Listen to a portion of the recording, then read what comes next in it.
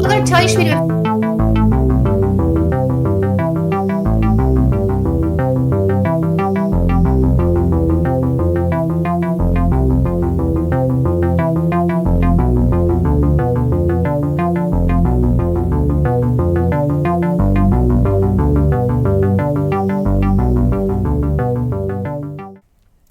Welcome to Trial by Wine. We take a closer look at crimes that highlight how fascinating humans can be. Schmidty, Swanee and Clarkey visit crimes and run them through their jury of three, debating both sides of the case to agree an appropriate, if totally fictitious, sentence. Please be advised, Trial by Wine may include explicit or disturbing content and will include drunken rambling. Listener discretion is advised.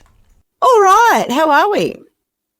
Super duper. Oh, and it's a public holiday, isn't that nice? I was just thinking how wonderful it is to not be at work. Yeah.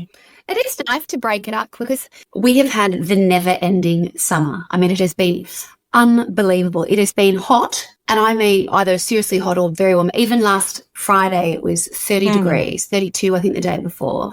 But the weather has finally changed. We've had some quite 12-degree mornings, which is cold for Perth. Still been getting warmer in the afternoons, but today it's actually cold. And because it's a public holiday and it just feels cozy and it's like all the seasons changed. I was outside raking leaves. I was like, finally a little bit of weather or something different around here after, 4.5 months, I think it's been, of like no rain, dry, hot weather. So it does feel quite nice to have a day off. Awesome. What are you guys up to? What have you been doing today to celebrate your day off? We got up at 5 o'clock or something and made coffees. And during COVID, we started a tradition of having a fire out by the front of by the driveway, which is what everyone was doing in lockdown. And so we've just kept doing that. So we had a little fire out the front, did the dawn service, painted the house. Oh, that's nice. Or painted part of the house. Yeah, same coat, so that's looking lovely. Beautiful. Just that. What about you, Schmidty? I got up at 7:30 this morning and was madly doing my notes for this story. And then I had a friend pop in who wanted some advice because she's got a job interview tomorrow. And then she left and I went back to writing my story in a desperate bid to finish it. And I did finish it. And I thought I finished it 9 minutes before we were due to record, only to discover that I had the timing wrong and I had another 2 hours up my sleeve. So then I went up on our lovely deck, I dropped all the bistro blinds and I've been sitting up there reading a trashy romance novel. That was, I think, a very nice way to enjoy a slightly wintry, as you say, Carla, or autumnal day off. And it was cold actually up there. So I also brought one of my Rinnai heaters out. So I've had the heater on in there and it was just so very lovely. Yes. So there you go. And then I thought I'd better come down to my freezing cold office and meet you guys. And so here we are. So, I'm glad you did. I suppose You got it. Oh, it's not a mango chat. What is that? We're not there yet. It is a mango chat. Oh, I'm there already. I saw it on screen. Well, I will admit I tried very hard not to pre-game, but once I discovered that I was 2 hours ahead of myself, I thought, I might have a little pirate juice. On. Yeah, so I've had two quite light pirate juices. Then I'm off that. When we get on to what we drink, I'll tell you what I'm on now. I think everyone knows because Carla let the cat out of the bag. I got the cat's out of the bag. But before we get there, who are we? I'm Schmidty. I'm Swanee. And I'm Clarkey. And together we are Trial by Wine. And speaking of wine, what are we drinking? Well, I'll go first. I'm drinking a mango chutney. There you go. Oh, there you go. Surprise, I'm on a Coke Zero, but I thought I might drink a little bit later. I'd love that. I have a feeling we've got quite a lot to do today. And what about you guys? What are you drinking? We are having a Great Northern, just a beer to start things off. Yeah, apologies, listeners. Not trial by wine today, trial by spirits and beers. It will be later, though.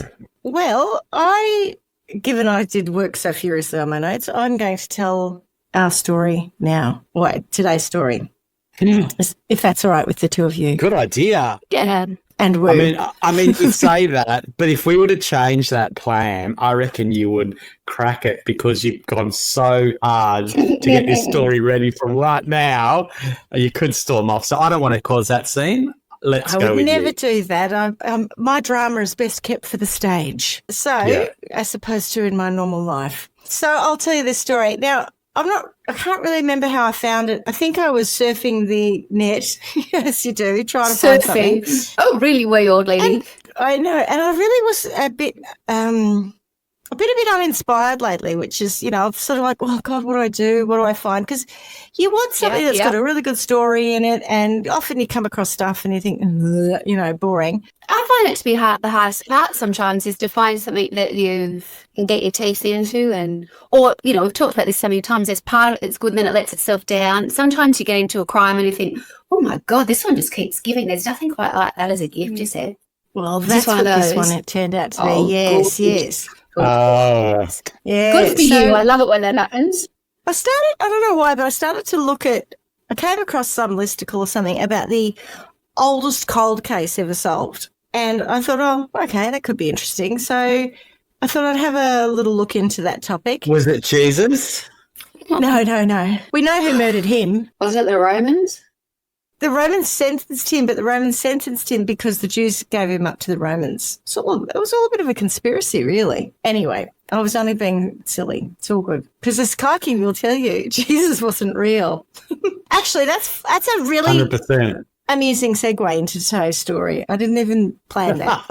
All right, so I actually quite specifically avoided cold cases that have been solved by DNA, and I know it's a sensational and fairly new development in crime investigation, but I started to wonder about how do you solve a case that's gone cold for decades without forensic evidence? So, what would it take to actually solve it?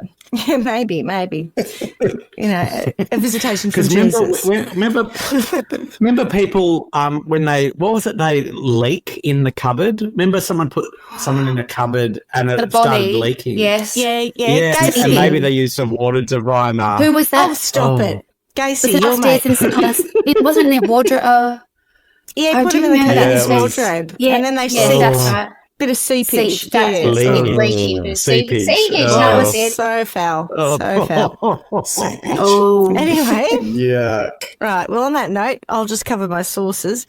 CBSnews.com, CNN.com, Wikipedia, PhoenixNewTimes.com, Texas Monthly, Poddles.org, and the CBS News articles used information and content from a 48 hours investigation. So, can you tell me anything about Poddles.org? It's a very unusual source. I don't know what it is, and I didn't actually bother to look it up, as in, beyond what I'd found, but it was a very, very good sequential account with a bit more information than Wikipedia about the case. So it was a really good resource, actually. Yeah. Thanks, Puddles. Thank you very much, Puddles. Let's go back in the timey-wimey machine to the 60s, where we find ourselves in Edinburgh, Texas. Now, originally it was Edinburgh, but as the Americans struggle with certain pronunciations. Why? Yeah, like what? I literally looked up pronunciation of Edinburgh, Texas, and it said Edinburgh, and I thought, okay. Because you're so good with your Scottish accent. Not West. Okay, the new. That's right.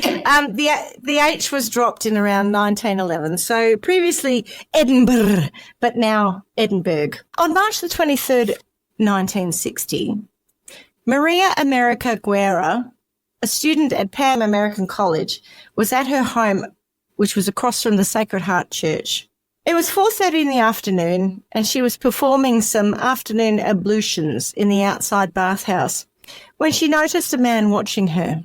He was sitting in a blue and white car, and she noticed that he had black hair. Hang on, did she have the door open? No, I think she was actually just crossing to the outside. She went out to the washroom. Right.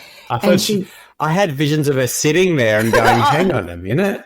Why is that man staring at me? No, I think the way I picture it is she was going outside to the outside bathroom. Right. And she's at college at the time, or she's just a student? Yeah. She was 20, I think, at the time. Some early 20s, around that time. Yeah. Anyway, so she sees this guy, and he's sitting in a blue and white car, and she noticed that he had black hair and was wearing horn-rimmed glasses. Horn bag glasses. It wasn't normal for her to see someone staring at her, so it sort of stood out for her, but she went about her business. After dinner, she went over to the church and she saw the same man who she'd seen earlier in his car was now sitting in the back of the church. Not thinking too much about the man in the back, she knelt at the altar and started to say the rosary. Now, I'm pretty sure there was quite a strong following in Edinburgh. It's a border town to Mexico and a large population of the populace are Hispanic and Catholic. I figure that Maria was a pretty devout Catholic because to say the rosary takes ages. As she works her way through the Apostles' Creed, well, the way it goes is you do the Apostles' Creed, and I think then, so you follow the beads, and you do Apostles' Creed, Our Father. So you do this first prayer, and then you do, I think it's the Our Father, and you do 3 or something Hail Marys, and then you do another prayer, and then you do 3 or 4 Hail Marys or 4 Our Fathers. Like it goes on. And if you follow it, it's a it's basically the length of a necklace. So you follow it all the way around. By the end of it, you've probably done 25 prayers, right? So it takes a lot lot of work. I probably have sat and done a rosary once in my life. That's a bad times? I'm sure there's better things to do. Oh, wow. I didn't understand that. How does that work? So for each beads that you're doing, there's a prayer. Oh, right. I didn't know that. Just learned something. There you go. Anyway, as she worked her way through that Apostles' Creed, the Apostles' Creed, the guy from the back walked towards her. Maria said, the next thing I know, he had turned very quick, come to my rear and grabbed me around the head. He placed a small cloth over my mouth and I fell backward on the floor. I began to scream now as when I fell, the rag fell free from my mouth. Then while I was on the floor, he tried to cover my mouth with his hands to stop me from screaming. And when he did this, one of his fingers went into my mouth and I bit hard. I know I bit very hard because I could taste blood in my mouth. When I bit him, he threw me toward the south door of the church and ran out the north side door. So that is a pretty awful thing to have happen to you. Mm. Do we suspect the cloth was chloroform? No, I think it was just a gag. It was just to keep it quiet. Okay. Mm. Yeah. Do they use that in real life, do you reckon? Yeah. Some people have. Yeah. I think that's in movies. That's the first thing I thought. We don't see enough chloroform. I know we don't, because that was the first thing I thought when you said covered it. When she felt like I said, he's got chloroform. But no. Yeah, the thing about chloroform is it can kill people if you administer too much. So if you're just, wanting to use how do you chloroform, sort of negate that? Do you just do better measurement? Do you, Schmidty? She's something she's mindful of. Yes. Yeah, absolutely. Last time. The first time I did it. It's not to be toyed with, you know. That's right. Okay, so as poor old Maria 1 was being attacked, Maria 2, otherwise known as Maria Cristina Tierna, I'm going to go with that, or Tierna, I reckon, was walking past the church and heard screaming and then saw a man hurrying away from the church. He was holding a white towel and he headed into the sacristy. Maria Guerra, Maria 1, ran out of the church and over to the rectory where she knocked on the door, and the resident priest, Reverend Charles Moran, called out, wait a minute, because he was actually taking a shower at the time. Maria Tierna asked Maria America, so 2 asked 1, what had happened, and she relayed the story of her attack. Then Maria Tierna walked off, which I thought was pretty weird, but apparently she was late for work. Maria America, as in 1, went home and reported the attack to the police, There's quite a few Marias, that's it, Mm-mm. Okay, so now let me introduce you to Irene Garza. Irene was the stuff of legend in McAllen. Born in 1934 to parents Nick and Josephine, or Josephina, I'm not sure, Irene grew up in a loving household. Her parents owned a dry cleaning store, and over time it became successful enough that they could move to North McAllen, which was a nice neighbourhood and a step up from the south side. North Bondi versus the Junga. Are we still in Edinburgh? We're in McAllen, which isn't far from Edinburgh. But they're very close to each other, really. So it's a bit like, I don't really know if this is correct, but say, I'll use something that we both understand. Bondi to Ryde. No, that's the wrong side of town, isn't it? Bondi to... Use something accurate that you both understand. Rose Bay. Not far. It's like, no, like... Yeah. 5 days, 10 days. Right, and also you gotta get this. I know, that's the other side. That's well done. Stupid. So not far. Okay. Anyway, really not far at all. Yeah, it's got it. So Irene was physically beautiful, and by all accounts, even more beautiful on the inside. She and her cousin, I think, were the first Latina girls at the school to become part of the majorette team, and she actually became a drum majorette or twirler, which apparently was a big deal. And she was the first in her family to graduate school and go to college. She was bright and had a generous and caring nature. At college, she was Pan American College Queen and Miss All South Texas in 1958. She was also a devout Catholic and was active in the Legion of Mary. Wherever she went. The Legion of Mary. Is that like the... Yeah, I know. I don't like the word Legion because it reminds me of like Satanists and stuff. Yeah. Oh, no, I was thinking more about John Gacy. Was he the... It says the G. He was in the JCs. The JCs, yes. JCs, yeah. Was it? Yeah. Was one of the superheroes Legion? I think so. Or did I make that up? I'm not 100% sure. It sounds like a villain. Yeah, it does sound like a villain. The hordes of Satan are Legion. And let's face it, Legion is used in a strange way. But this was the Legion of Mary, and Mary the Immaculate, I'm assuming, the Virgin Mary, so meant to be on the good side. So wherever she went, people noticed her. Men desired her, some women were jealous of her, and all the little girls in the neighbourhood idolised her. She always dressed beautifully and was beyond elegant. By 1960, Irene was 25 and working as a school teacher at an elementary school for the disadvantaged kids in the area, and used her first paycheck to buy books and stationery for some of her students. Oh. She had also been elected the secretary of the PTA and wrote to a friend, "This may not sound like much, but to me it means a great deal. It means I'm overcoming my terrible shyness and becoming surer of myself." I don't know if you can hear that. Of course, Tony chooses now to literally drill above me. I can hear it too. Good, okay. It's the only chance he gets to hide the body. He's cleaning up after Schmidty's dirty work. Yeah, sure. She's got him in the barrel. And for our listeners, I can assure you, Tony never cleans anything, so that's not likely to happen. Anyway, she loved her job writing, "These children I am teaching have become such a joy to me." She devoted her time to giving her students learning opportunities, keen to give them the chance to cross the lines as she had done with her own family. Underneath, though, she suffered a lack of confidence or some great humility where, on breaking up with her boyfriend, Sonny, she blamed herself for not being what he needed, which apparently was a busty and confident broad. It was her faith that helped her the most. Writing to a friend, "Remember the last time we talked? I told you I was afraid of death? Well, I think I'm cured. You see, I've been going to communion and mass daily, and you can't imagine the courage and faith and happiness it has given me." That's nice. Yeah. Apparently she went to confession quite regularly, and her family had a bit of an inside joke about that she really didn't actually have anything to confess.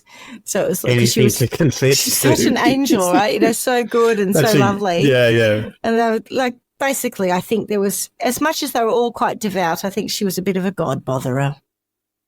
Anyway, on Saturday, April 16th, 1960, which happened to be Easter Saturday, Irene borrowed the family car to go to church, promising her mother she wouldn't be long. She had agreed to go to a movie with a friend of hers, but insisted on going to church first as she wanted to attend confession. She left her parents' house around 6:30 in the evening and drove to Sacred Heart Church, which is about 12 blocks away. Did she do that every night? Because it was Easter. It would have had a lot of extra services on being Easter. Okay. Confession's quite standard, a standard Catholic rite around Easter. Oh, okay. And can you just call me in to look whenever, or is it like without They usually session? have sessions. They will give you sessions. Okay. They'll tell you when they're available to do it. Okay, Yeah. cool. Yeah, so it's not unusual. It's in the evening. Schmidty, did you ever confess to the chloroform incident No, that we were talking about earlier? I think, and, you know, bless me, Father, for I have sinned. It has been a very long time since I have confessed. I can tell you that my last, not my last confession, but a childhood confession I do recall making was when Rachel Davenport and I egged the neighbour's car. I'm pretty sure I confessed that to the priest. Yeah, we'd already been massively told off, but, you know, I had to think about what am I going to say. And what did the priest say? Oh, go outside and do a couple of Hail Marys and an Our Father. You're fine. Off you go. Which I did. Asking for a friend. It's all about actually being, you know, showing that you have contrition. So, yeah, as I said earlier, she's highly visible because she's so attractive, right? Remember, this is a Miss Texas Southside Yeah. Texas or wherever it was. She's just stunning. She dresses beautifully in little pillbox hats, you know, the perfect 1950s, 60s Oh, outfits. wow. Like, she's just gorgeous. And I've seen images of her. She's a just beautiful woman. And so, of course, she stands out. And so that night was no exception. The other parishioners waiting for confession saw her at the church. One saw her enter the sanctuary. Another saw her kneeling in a pew praying. Another witness reported that she'd asked to jump the queue as she was running late, probably thinking about getting to the movies. And she was seen heading to the rectory. But one thing no one saw that night was Irene leave. The next morning, Easter Sunday, her car was still parked near Did the they church. see someone with hornbag glasses? Well, yeah, they did. Yeah. Is it the same church as the first No, church? it's a different church. It's the Okay. same name church. They're both called the Sacred Heart, but this one's Okay. in McAllen and the other one's in Edinburgh. Okay, got it. Same MO. He's got a thing for Her Catholics. car was still there the next day and there was no sign of Irene. When Irene didn't come home that night, her family went out to look for her. Finding the car still parked near the church and no sign of Irene, her father reported her missing. Initially, the police thought she might have run off with a new fella. She certainly had her pick of the young men of the area and many had shown an interest in her, but her family knew that wasn't right and they were deeply concerned, mostly because she didn't do things that she wasn't the kind of person who would have done that. You know, like she always did what she said she was going to do. If she said, I'm going to be home at 10, she'll be home at with 10. a new fella. Yeah, but that's the point, right? It wasn't, she has not gone of her own volition. They were quite clear on that. Mm. Now, it didn't take very long for investigators to link Irene's disappearance with the assault on Maria Guerra from 3 weeks earlier. And they started to dig further into clever. that case to try to identify the attacker. And to your point, Clarkie, you know, both happened around churches. If you look at photos of these women, they look very similar as well. So they would have thought, okay, there's something there. They spoke again to Maria and she told them again that her attacker was a white male with horn-rimmed glasses in a light tan shirt and dark trousers. Clothing, she assumed, was that of a priest. Oh, No. I looked at this man and I said, I thought that he was the one who had attacked me. Later that night, I told my mother this was the man who attacked me. what? Where did she see him? She sees him in a letter. Oh, okay. She wrote in a okay, statement okay, 2 yeah. weeks later, so this helps answer that too. I saw this same man not long after at the library at Pan America College. I keep wanting to call it Pan America College, but I saw him. Jesus. I think that's Pan Am. That's so But I funny. saw, yeah, Got Pan Am, exactly. beauty. I saw him dressed as a priest, and I was surprised to see him dressed as a priest. As this is the same man I'd seen at the police station in McAllen. The lineup. The minute I saw him, I felt afraid of him. Jesus. I want to state that this same priest. I want to state that this same priest that I have seen at the college and that I saw at the police station in McAllen is the same man who attacked me in church in Edinburgh. I am positive he is the same man. So that's the direct statement from Maria Guerra. What? Oh, God. 3 days after Irene disappeared, a pedestrian, actually quite a few passers-by, and now I'm editorialising with quite possibly a dog walker, found her high-heeled shoe, her purse and her mantilla on a farm road. Well, they found her shoe, yeah. Then I get your point, yeah. Then on Thursday, the 21st of April, Irene Garza's body was found floating face down in an irrigation canal. When the police went to the Garza home on the Friday, they broke the news of Irene's death. Her mother, Josephina, collapsed and cried out in such a way that no one ever forgot. Her niece described it. They said it was this long, awful moan from deep inside her body, almost like the howl of a wolf. They said it was like nothing they had ever heard or ever heard again. Sometime after 7:30 p.m. on Holy Saturday, someone had bludgeoned Irene, raped her while she was unconscious, and then suffocated her and threw her body into a canal on Easter Sunday. The autopsy report said evidence of strangulation could not be found, but suffocation could have been carried out by placing a cloth over the mouth and nose, especially if the subject was unconscious. When the police drained the canal, they found a candelabra or a candlestick, I heard it called two things, which is likely that it was used to bludgeon her. However, the police never bothered to match them to the head wounds. And a portable photographic slide viewer. It sounds really weird, and this is an oldie-timey thing. Yeah. It's like it almost looks like a razor. I don't know how to describe this. I'm guessing, I don't know, you must have looked at it, like, I don't know. It's hard to describe. But it's on a cord. And you I put think it, that's a take them later in and version out? of it, what you're talking about. Is You're that- talking that thing that you clicked over or, like, it's Okay, a slide yeah. viewer. It's a portable slide viewer. But it used to be manually put them in Yeah, and you're take talking about them the out. viewfinder. Is it called? This No? was Yeah. similar in that you would All right, slip yeah. a slide into it, I think, but it had a cord on it, so it was powered, but it was portable in as much as it's Oh. smallish. Yeah. But it was a very Okay. heavy piece of equipment, as all photographic equipment was in the 60s. Yeah. I mean, So yeah. they found this photographic slide viewer not far from where Irene's body was in the canal. They hypothesised that the cord of the slide viewer had been tied around her body and the heavy metal viewer was used to weigh the body down. Then on the 29th of April, the police received a note telling them who the owner of the viewer was. The They priest. interviewed the priest who had been giving confession on the Easter Saturday and noted that the last person to see Irene alive was a young priest who also happened to wear, you guessed it, horn-rimmed glasses and matched the description Maria had Ordinary given. glasses. And even more of a coinky-dink was the owner of the slide viewer. Whilst the police told the public that they had no leads, they very much suspected Father John Fight of the attack, and it didn't take a genius to further suspect him in the death of Irene. He is the shittest priest. Now, the Catholic leaders of the time didn't want any heat on a member of the clergy. There were tensions between Catholics and Protestants. Oh, there we go. So they moved into another area. So he's moved into Australia. They feared very bad press should the attacker turn out to be a priest. Surprise, he's going to Yeah. Victoria. They wanted this dealt with very quietly. Ballarat.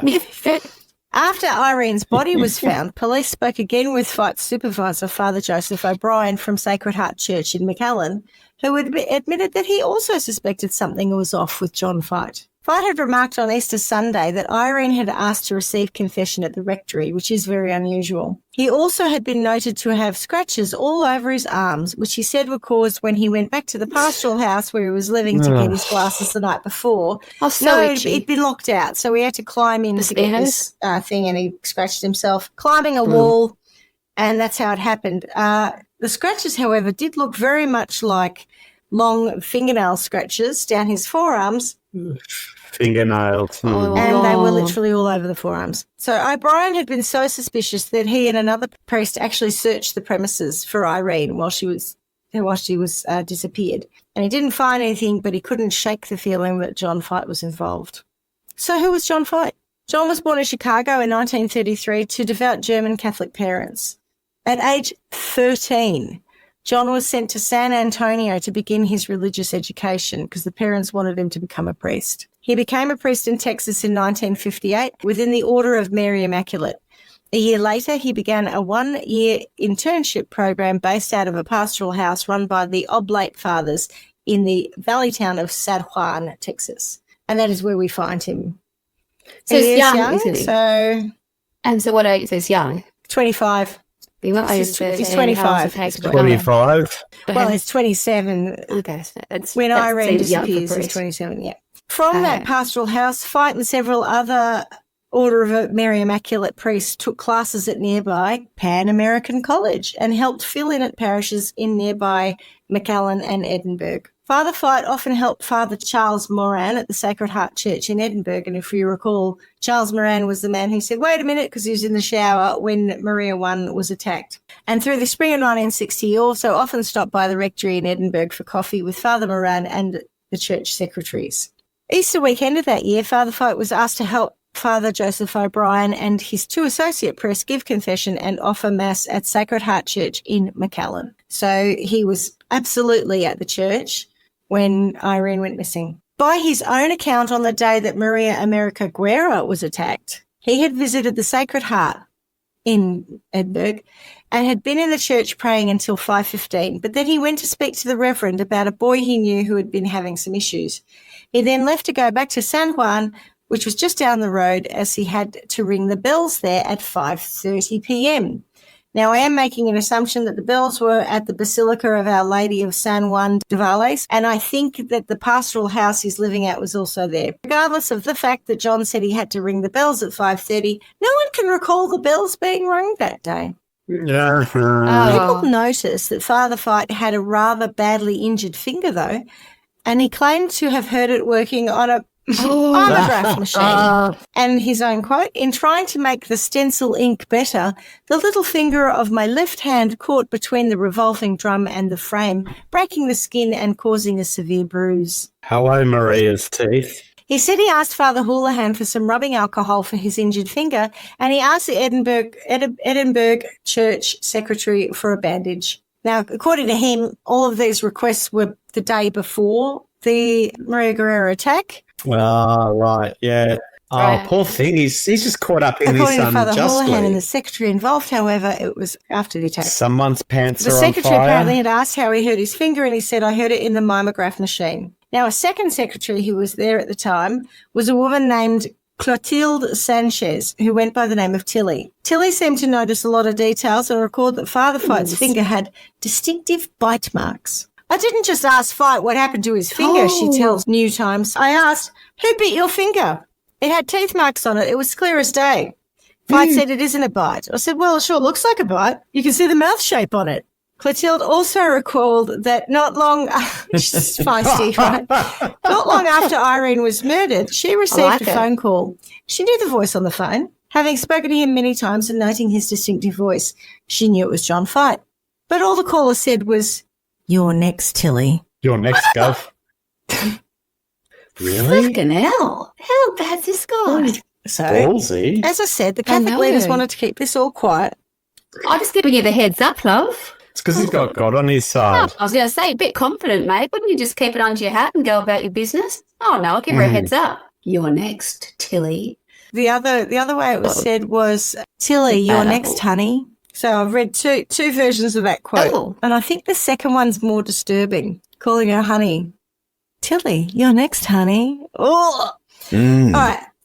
And as I said, the Keep your Catholic promote. leaders wanted to keep this quiet. So shortly after Irene was found, they sent John Fight to Chicago, where he was given a series of polygraph tests to determine whether or not he was involved. Now, we know polygraphs are not admissible in court and can be faked, but the examiner was pretty sure the results were conclusive. A lengthy report detailing the exams by Texas authorities, then by a guy called John Reed, who apparently was the top polygraph examiner in the country at the time, and it does make for interesting reading. The tests, and this is the quote, definitely implicated him in both crimes. It is the opinion of the examiner, based on this subject's polygraph test, that Fight is purposely attempting to defeat the recordings. Okay, so let's remember what we're trusting here. Yeah. In fact, each time Fight was hooked up to a polygraph machine, he began taking exactly 10 breaths per minute, indicating that he was purposely controlling his breathing, even though he had been given warnings and instructions throughout. Examiners monitored Fight's breathing rate during other conversations when he didn't know that he was actually being monitored, and they said he inhaled and exhaled 16 to 20 times a minute. This guy went on to describe Fight's demeanour during the test. The examiner pointed out in detail to the subject that he should make an effort to tell the truth concerning his implication in these crimes so that the church and the priesthood would not suffer when evidence definitely implicating him has turned up at a later date. There's nothing like, presumption of innocence until proven guilty. The subject, in very deliberate and explicit words, stated there will never be any evidence turning up in the future of this case. He also pointed out to the examiner that there were 2 murders in the area that had gone unsolved, one for 15 and one for 20 years, and that this case, like those, will soon be forgotten. When asked about the attack on Maria America Guerra, I know, he's not very nice, his answers bordered on the absurd. At one point, he claimed that Guerra's true attacker had actually confessed to him. The subject was queried as to where the confession was obtained, and Fight told the examiner that it was not in the confessional box, not in the rectory, but out in the open someplace, and was very vague as to where the open place was. Somewhere out there. When asked if the lie detector was incorrect when it indicated that he committed these crimes, and again, I haven't got the full transcript of this examination, but I don't think he indicated he committed the crimes. He answered, your machine is probably functioning correctly, but these men from Austin have told me that I have a vague respiration and a bad heart. In effect, the stated belief by examiners was that John Fight was concealing the truth, and it wouldn't mean anything in a courtroom. It only proved that he was gaming the test, not that he had killed Irene or attacked Maria, but it does imply that he might have been trying to hide something. On May the 3rd of 1960, 2 weeks after Irene Garza disappeared, police asked Fight to give a sworn statement of his whereabouts on Easter weekend. And I'm about to take you through that. So at 7 p.m. on the Saturday before Easter, he told the police that he and Father O'Brien were leaving the rectory, heading for the church, when the phone rang and he went back in to answer it. Ben. He said a woman was on the line asking to see Father Junius, who was already taking confessions in the church. Now, he told the woman that Father Junius would be busy until 10:30 p.m, but if she hurried over down to the church, he could talk to her himself. Irene Garza arrived 5 minutes later. She was a light-complexioned girl, apparently of Latin American extraction, good-looking. She spoke perfect English. For 10 minutes, she discussed a personal problem of hers with me, the nature of which I do not feel justified in making public, since it involved my obligation of professional secrecy as a clergyman and Catholic priest. However, he did let on that he didn't think the issue was actually too serious. But then in later, in later statements, he talks about being so upset by the confession that he got all hot and sweaty and he had to drive around and he was sweating so much he had to go back to his pastoral house and get a change of clothes. And, of course, that was when he got locked out. He had to climb up the wall and, all that shit. Scratch his arms. Yeah. He's had a really bad day. He did have a pretty bad day anyway. But at this occasion anyway, he's saying that it was not her confession wasn't really a big deal. Then he sent her off to the church to go to confession, which I also don't understand because if he actually gave her confession in the rectory, why is he sending her off to confession in the church?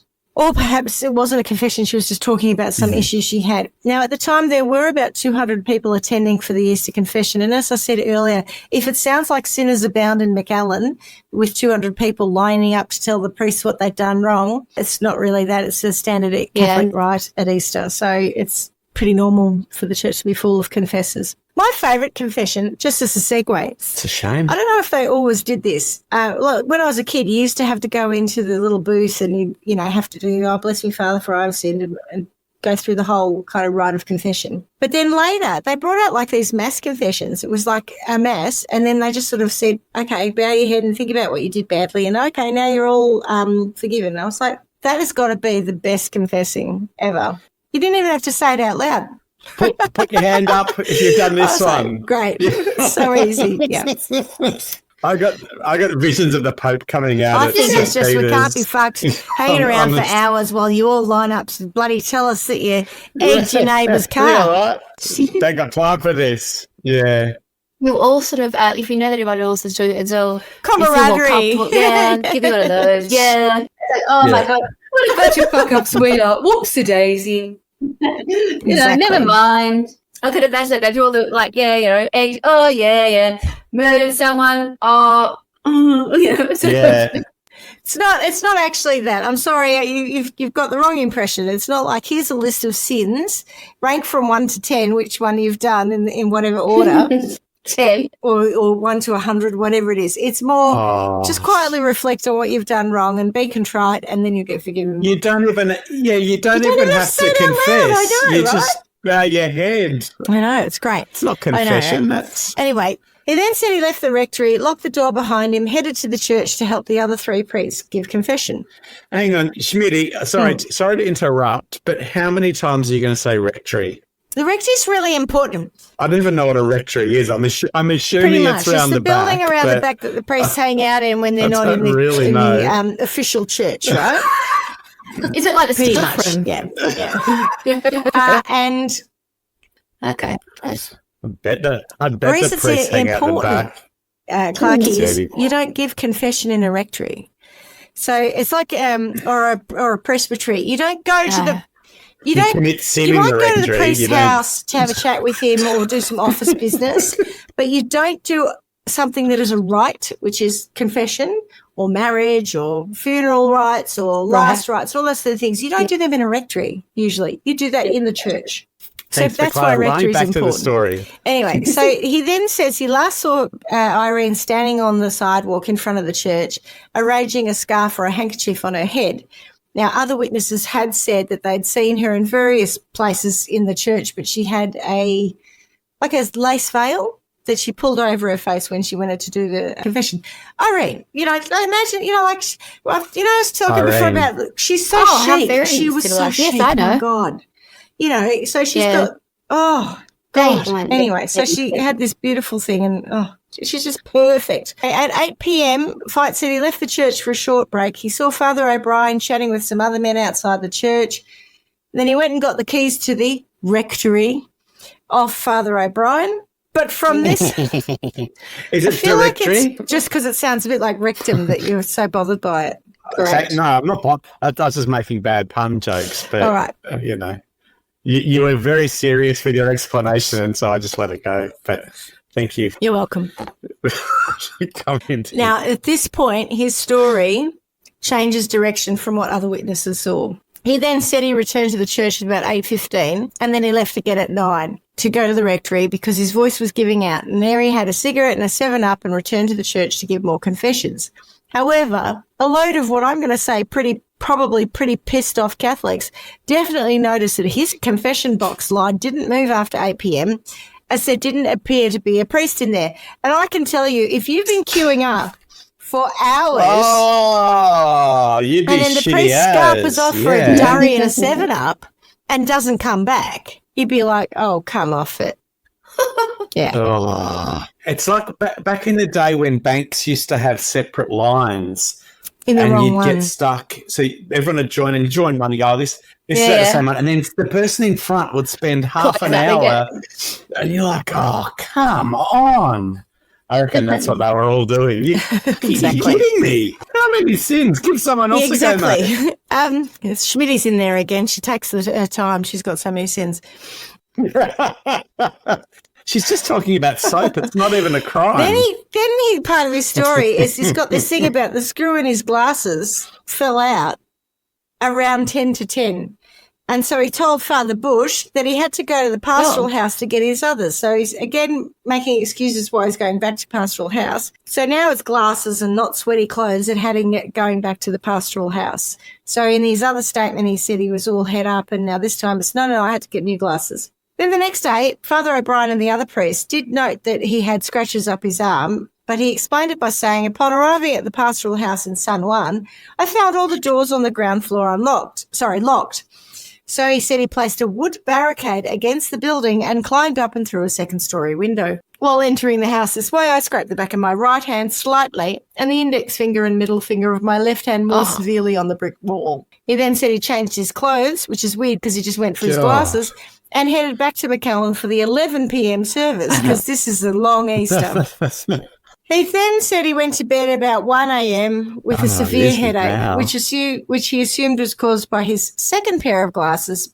He said of the spectacles, they never fit me as well as the first pair. The next morning, Fight gave Mass at 9 a.m. and then asked Fathers Bush and O'Brien if he could use Bush's car to go to San Juan and get his glasses fixed. He said he worked on the glasses for 5 minutes but had no luck. Then he said, I drove straight back to Sacred Heart Church. So I don't know who's working on the glasses because he's driving around looking for someone to fix them.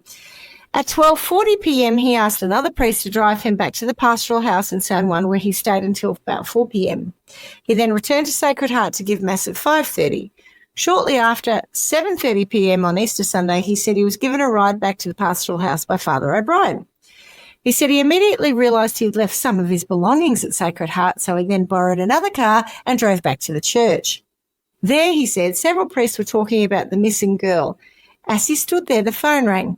Father Junius answered. It was Irene Garza's parents wanting to speak with the priest who had spoken to her the night before. The parents came over and Fight said he spoke with them. He said they asked him if he had perhaps said anything which might have upset or disturbed their daughter. In fact, Nick Garza asked him, what have you done with my daughter? Oh. Schmidty, can I ask, how long after the event was this interview, this confession, that his recollection this of would be a events? week or two because it takes them a while to connect him and get a statement out of him. Because there's a lot of detail. Yeah. I'm not very good at remembering what I did yesterday, but he remembers also so do a lot of other witnesses, though. Well, a lot of people seem to remember this. And I wonder whether or not if you have a traumatic thing happen, like someone being murdered on your doorstep, that you are more likely to remember. Because I think about this all the time when we do these stories. And later on, he's asked to talk about something from decades ago. It's like, He made it. haha. That's why she's got Well, I such a don't good have memory. a good memory. Absolutely. I don't have a good memory. Like you. It really helped me. Oh. I can barely remember what I did yesterday, what I had for dinner. How you would say 10 years ago, this is where I was, this is what happened, this is the conversation, is beyond me. Yeah. Unless it's to do with the trauma of being, because I'm sure if you're asked straight up, you're racking your brains to remember stuff, and then it sort of becomes a story you tell yourself. Yeah, I think that's right. Yeah. He could see that the parents were quite upset, and so he sent them home as quick and quietly as possible. He then picked up his coat, collar and laundry and headed back to home, which is that pastoral house. It's about 9:15 p.m, but I didn't go straight home. My talk with the girl's parents had disturbed me. Perhaps I had said something unintentionally that might have upset that girl. I was worried and I drove around aimlessly for a while. He said he stopped at a nearby food shop, got a malt and then drove back to San Juan in time for the 10 o'clock news. So he's driving around for 45 minutes. According to him. Now, according to the investigators, Right. Irene's body was probably thrown into the canal on Easter Sunday evening. Ooh. What kind of thing? He was driving around wondering if he's somehow, upset her with his response to the confession. Could be. No, of course. After Easter, Fight was attending an audiovisual aid class at the Pan American College in Edinburgh, where a classmate, Jose Garcia, was sitting next to him. Jose noticed he had obvious and fresh scratches on his hands, which made Jose a little suspicious, given he'd also just heard of the disappearance of Irene. He said they looked like fingernail scratches. Whilst he may have noticed this, he did not report it or come forward at that time. So, as it turns out, Fight was interviewed by the police about the murder for about 12 hours. At that time, he confidently told them that they would never convict him of anything. The officer also went to the Sacred Heart Church to look at the parish car, and apparently it had just been washed inside and out because there was blood on the seat. And I cannot find any reference to that anywhere. So I don't know how they know there was blood on the seat and that's why it was washed inside and out. Yeah, right. And there is a little bit of that in this case where statements are made as fact that may not be. What worries me is at the start you said that this is the longest cold case. I don't know if it is the oldest. And It's I'm one of the really oldest cold annoyed. cases. So what's annoying me is that he's going to get off. Like, Not long after the murder, our mate John was sent off. And here we go, going back to what you said earlier about what happens when the Catholic Church wants to keep things quiet. John was sent off to study at Loyola University in Chicago. It's textbook Catholic Church, isn't it? Whilst investigators were very sus on him, they were also struggling to believe that a priest could commit a murder. So it's 1960s, right? Priests was considered so pious that they were above reproach. Yes. Yeah. It was Their literally heyday. unthinkable that a man of God could commit the ultimate sin. It's just unthinkable. So, the case is stymied, the guy's disappeared, but he couldn't have killed. He couldn't have killed. It can't be him. Attempted rape, however, was another matter. The Hidalgo County Grand Jury on August 10, 1961 indicted Fight on charges of assault with attempt to rape in connection with the attack on Maria Guerra at the Sacred Heart Church in Edinburgh, on the 23rd of May. So the first attack I spoke of. After he was indicted for attempted rape, he said he wasn't bitter. Priests must expect persecution. Christ told the apostles, "Know that of the world hates you, it also hated me." After disappearing for several weeks, What? everyone's going to hate Christians. They hated me. They're going to hate you. You're going to be persecuted. Just deal with it. Oh, so he's trying to make himself like apostle. everyone else. Like a Who martyr hasn't done who's anything? following. This is what happens, when you're the righteous. Yeah. Oh, So, after disappearing for several weeks to an unspecified out-of-state hospital, he surrendered to police. Fight had the venue, so he had the venue of his court case transferred to Austin as being number one suspect in a rape and a murder case. I doubt a fair trial would have been expected, so that's fair enough. And he was tried on the 12th of September, 1961.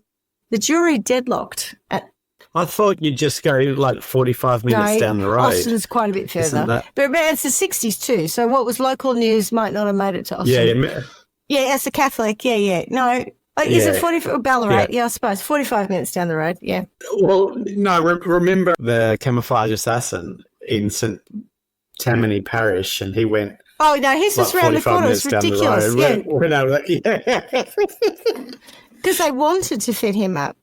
Yeah, that's right. Also, he wasn't a white priest in the 60s. Yeah. Yeah, correct. All those things. The jury did deadlock, though, and the judge declared a mistrial. So in 1962, when we have a new trial for this, Fight pled no contest to a reduced charge of aggravated assault and was fined $500. What? Oh, you are kidding. I don't understand that. I actually don't. That's what I understand. I mean, don't see what happened from. What happened from the first one. Well, the jury couldn't come to an agreement, and the judge called a mistrial, right? Well, why couldn't they? Didn't he say that he'd done it? Well, I think no, he didn't confess to it. So Maria 1 and Maria 2 alleged to have seen a man fitting his description. Well, Maria 1 says he attacked her. So that's what we're dealing with, right? Okay. Some people may or may not have seen that he had a bite mark, and so that woman, Clotilde Sanchez, did testify at the rape case. Killing it, but a couple of I don't have a great deal of information on that trial. In fact, I have none. I did read somewhere else that there were obviously defence witnesses and probably character defence witnesses coming forward saying how lovely he was and how he'd never do anything wrong. So if you think of it in the context, not the story I've told you where I've predisposed you to be biased, but if you think about it in the context of what would have been presented to the jury at the time, it's quite possible that they said it's not beyond reasonable doubt that this did or didn't happen, and we can't agree. Particularly if they've got blind faith. And he's a priest, right? Yeah. Yeah. So, having been fined $500, he was asked if he had anything to say. He said, no, nothing. Dude, they got off right there, didn't I? Got nothing to say. 500 was a lot in those days. It would have been I'm just going to go put a lottery ticket on. Yeah. Oh, God. The church probably paid his fine too. Ugh. Probably, yeah. He even said that he had no idea what he was pleading to in court, though by all accounts he was a highly intelligent person and would have known absolutely what was going on. Irene Garza's parents thought that the police were doing a pretty shit-ass job, and they confronted both priests. I'm with them. They actually confronted Joseph O'Brien and John Fight, and O'Brien assured them that if Fight had done anything wrong, the church would punish him, and church punishment. It's comedy night tonight. Church punishment was greater than any sentence he would receive in court. Stop it. At any rate, the investigation into Irene's murder seemed to go cold at this time. Some have said that they felt that any attempts to continue to look into it were discouraged, almost as if the authorities and the church just wanted it dropped. And it was. Wow, no way. Wow, was it? Far out. So what I'm going to do, guys, is, because there was a lot in this case, a lot.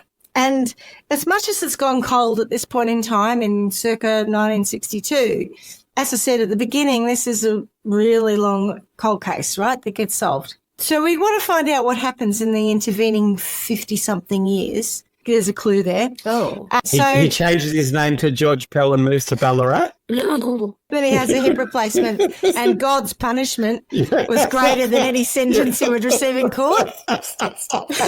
Maybe. Do you guys have any comments or anything that you that struck you in that before we finish up and come back to it another time? Thoughts? So all as per stereotype so far. Yeah. Well, it's funny you've preempted absolutely everything. It's like, and then they just moved him. And then, Yeah. Oh, fuck. Yep. Shitty priest commits crime, gets moved, gets off, fucking blah, blah, blah. Poor parents. Oh, my God. Isn't it horrendous? Yeah, it's absolutely terrible. Yeah. Oh. I hope that the higher punishment is actually worse than the court punishment. I mean, I don't believe in that stuff, so I'm sure it's not, but I just wish it was. What I will tell you, though, about Father O'Brien is that he had absolute suspicions at all times about John Fight.